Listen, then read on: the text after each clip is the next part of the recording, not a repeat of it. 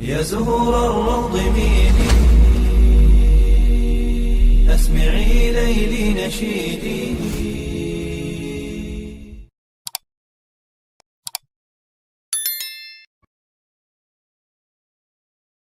Assalamualaikum warahmatullahi wabarakatuh. Syukur alhamdulillah, dalam kesempatan yang mulia ini kita masih diberikan banyak kenikmatan sehingga kita dapat berjumpa kembali di channel ini. Marilah kita senantiasa bersolawat serta salam kepada junjungan kita semua, yaitu baginda Nabi Muhammad sallallahu alaihi wasallam. Allahumma sholli ala sayyidina Muhammad wa ala ali sayyidina Muhammad.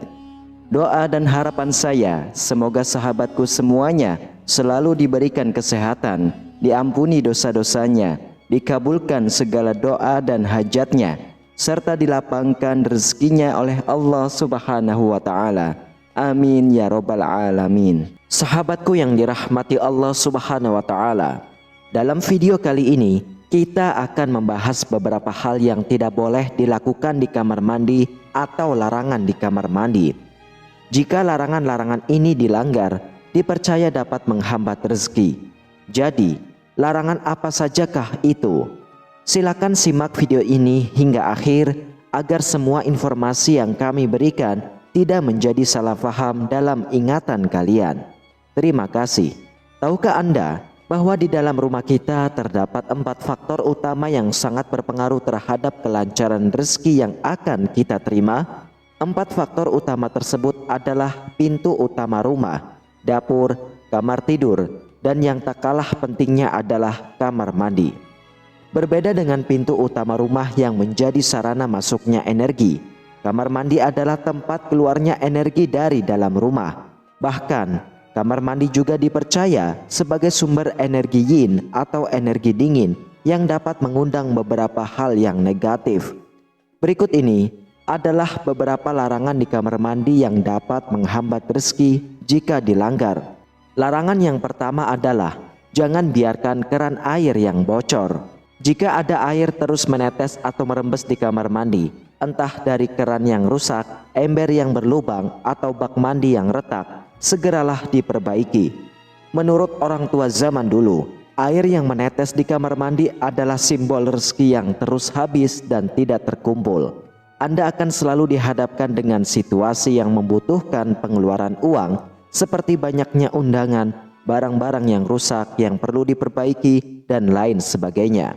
Lalu larangan kedua adalah jangan menyimpan tempat sabun, sampo, dan sejenisnya yang sudah habis. Banyak orang malas membuang wadah perlengkapan mandi yang sudah habis, sehingga kamar mandi penuh dengan plastik ataupun wadah kosong yang tidak berguna. Secara sekilas, hal ini mungkin tampak biasa saja. Namun secara energi, barang-barang yang tidak berguna tersebut sebenarnya adalah sampah yang dapat menghambat aliran rezeki Anda. Lalu larangan yang ketiga adalah jangan biarkan kamar mandi selalu dalam keadaan gelap. Kamar mandi yang baik harus mendapatkan penerangan dari sinar matahari di siang hari dan cahaya lampu di malam hari. Intinya, usahakan agar kamar mandi selalu terang. Kamar mandi dengan energi dan aura dingin akan menjadi tempat berkumpulnya entitas negatif jika dibiarkan gelap, menyebabkan Anda mudah sakit, malas, dan tidak produktif. Larangan yang keempat adalah jangan bersiul atau bernyanyi di dalam kamar mandi, terutama pada malam hari. Bersiul atau bernyanyi di kamar mandi dipercaya dapat mengundang makhluk halus, karena kamar mandi adalah tempat bagi setan dan jin negatif. Secara medis, bersiul atau bernyanyi di kamar mandi juga memiliki efek negatif karena Anda akan menghirup banyaknya bakteri dan virus yang dapat membuat Anda mudah sakit dan mengganggu pekerjaan. Lalu larangan yang kelima adalah jangan biarkan pakaian kotor menggantung hingga berhari-hari di kamar mandi. Kebiasaan ini selain menjadikan pakaian menjadi sarang nyamuk, juga membuatnya menjadi tempat favorit bagi setan dan jin. Makhluk-makhluk tersebut menyukai benda yang bentuknya menyerupai manusia, seperti patung, boneka, lukisan, dan pakaian kotor yang digantung. Bahkan permukaan kasur yang memiliki bekas bentuk tubuh kita dari tidur semalam juga menjadi tempat favorit mereka. Lalu larangan yang keenam adalah jangan membuat kamar mandi dengan pintu yang terlihat dari tempat tidur atau ruang tamu. Jika rumah Anda memiliki kamar mandi di dalam, perhatikanlah posisi pintunya.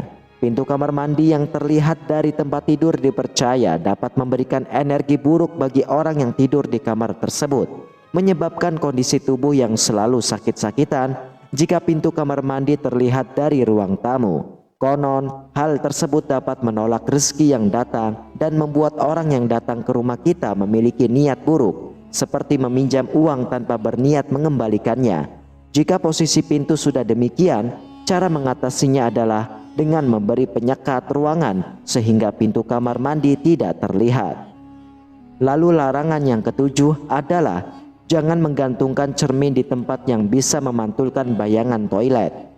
Toilet dalam kamar mandi adalah pusat pembuangan kotoran yang otomatis memiliki energi negatif.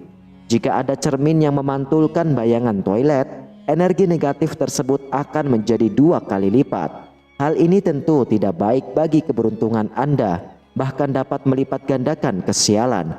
Posisi cermin juga sebaiknya tidak terlalu tinggi, karena cermin yang hanya memantulkan bayangan dari leher ke atas dipercaya membawa nasib buruk. Selain itu, cermin sebaiknya tidak berhadapan dengan cermin lain atau permukaan yang dapat memantulkan bayangannya, karena dapat menciptakan portal ke dimensi alam gaib. Lalu larangan yang ke-8 adalah jangan meletakkan benda-benda yang berbau agama atau spiritual di kamar mandi. Meletakkan benda-benda suci seperti Al-Quran, tasbih, atau tulisan yang mengandung unsur Al-Quran dan hadis di kamar mandi dianggap tidak pantas dan dapat menyebabkan penghujatan terhadap keyakinan kita, bahkan bisa menyebabkan kualat sepanjang hidup. Kemudian larangan ke-9 adalah jangan pernah meninggalkan pembalut kotor di dalam kamar mandi. Hal ini khusus bagi kaum wanita. Jika Anda sering meninggalkan atau membuang pembalut bekas yang masih ada noda darahnya di kamar mandi, hanya tinggal menunggu waktu sampai kamar mandi tersebut menjadi rumah bagi sosok jin penjilat darah. Sosok ini biasanya berbentuk kuntilanak atau pria dengan lidah yang panjang. Jika ini terjadi, tidak hanya kamar mandi Anda yang menjadi angker, tetapi juga seluruh rumah, mengganggu ketenangan hidup dan rezeki Anda. Itulah ulasan kita pada video kali ini mengenai 9 larangan atau hal yang tidak boleh dilakukan di kamar mandi. Semoga dengan menyaksikan video ini, pengetahuan Anda semakin bertambah. Percaya ataupun tidak, kembali kepada diri Anda masing-masing. Yang terpenting adalah kita yakin bahwa Allah Subhanahu wa Ta'ala adalah Maha Pemberi rezeki bagi setiap hamba-hambanya. Hanya Allah lah yang mendatangkan manfaat dan mudarat. Wallahu a'lam bishawab. Wassalamualaikum warahmatullahi wabarakatuh.